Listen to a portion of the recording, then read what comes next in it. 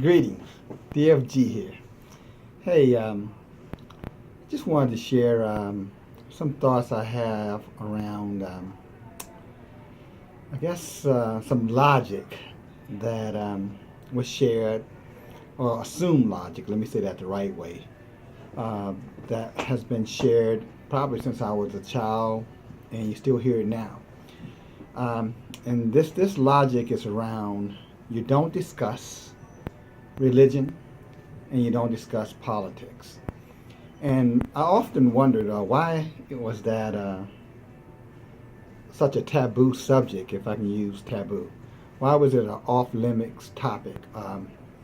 What is it about people that would get them upset if someone is to discuss or was in this discussion with them around, again, religion and politics?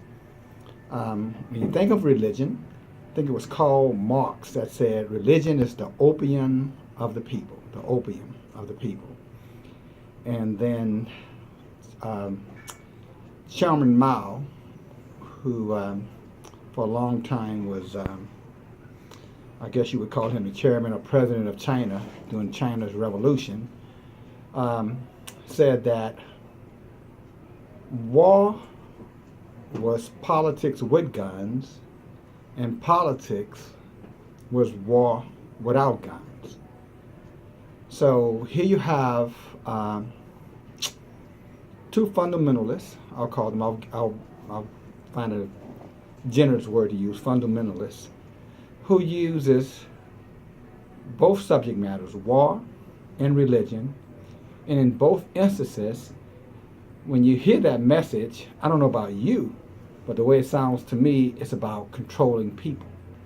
And so when you think in terms of if religion is the opium of the people, then of course no one would want you to discuss religion, or religion would be off,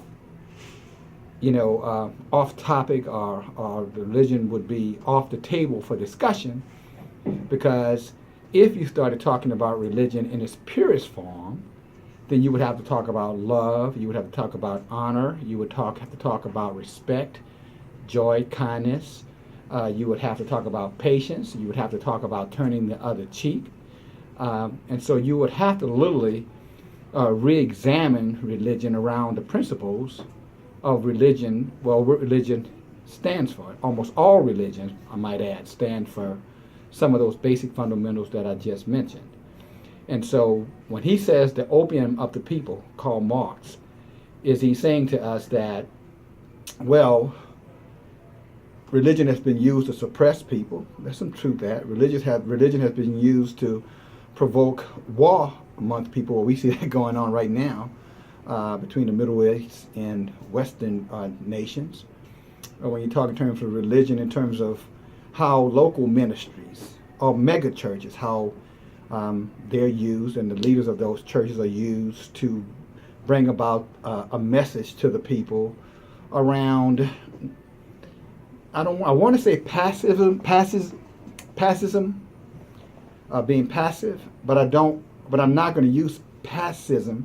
I'm going to use get the people to focus on pie in the sky, something happening where they have to do nothing but run around the church, dance, make a bunch of noise, and of course, pay the preacher for his message, and just sit back and just wait until next Sunday so you can do it again. So I understand that when he said religion is the opium of the people, how that, religion has been used in many terms, in times past and present, to subdue people, to get them not to think beyond what the messenger says is the message. So to stay on my message, when I'm hearing folk tell me that not to discuss religion because religion is off limits, then I now want to challenge religion, because I want to find out what's so off limits about love, kindness, respect, joy, peace, patience, forgiveness. What's so off limits about that? Could that really change the man in the mirror around reevaluating his or her behavior? Is that the reason why it's off limits? Or is it used, to provoke, war, back to the politics aspect of it, to say, okay, well, if your religion is not lined up with my religion, and my religion says this is what you do and this is how you believe and this is how you think, then if you don't go along with that, then we're going to get into some politics. And my politics are going to pretty much say it's either my way or the way of the gun. So when you start thinking, as I transition from religion over to politics, the other taboo subject that we can't discuss, what is it about politics that's so offensive? If politics is let's say the United States is a government of the people, for the people, by the people, then why wouldn't the people be discussing it? That makes no sense to me. So why couldn't I go to my brother or to my sister, regardless of their ethnicity or their political affiliations? Why wouldn't that be a great conversation? Why wouldn't that be an enlightened conversation?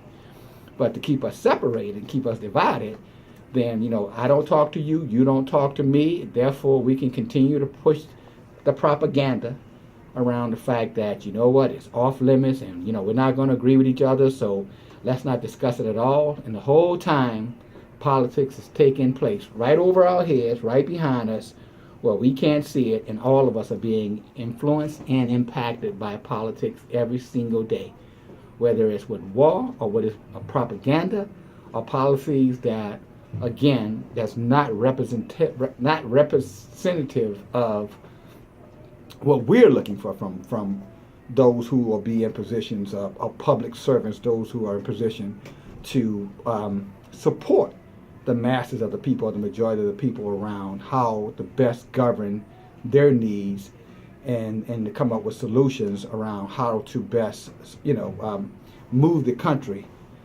forward in the right way, the positive way. So obviously, start thinking that way, and we get together and start really putting our heads together intellectually and start saying, well, look, the public servants that are there now are not representative of anybody but the best we can tell themselves.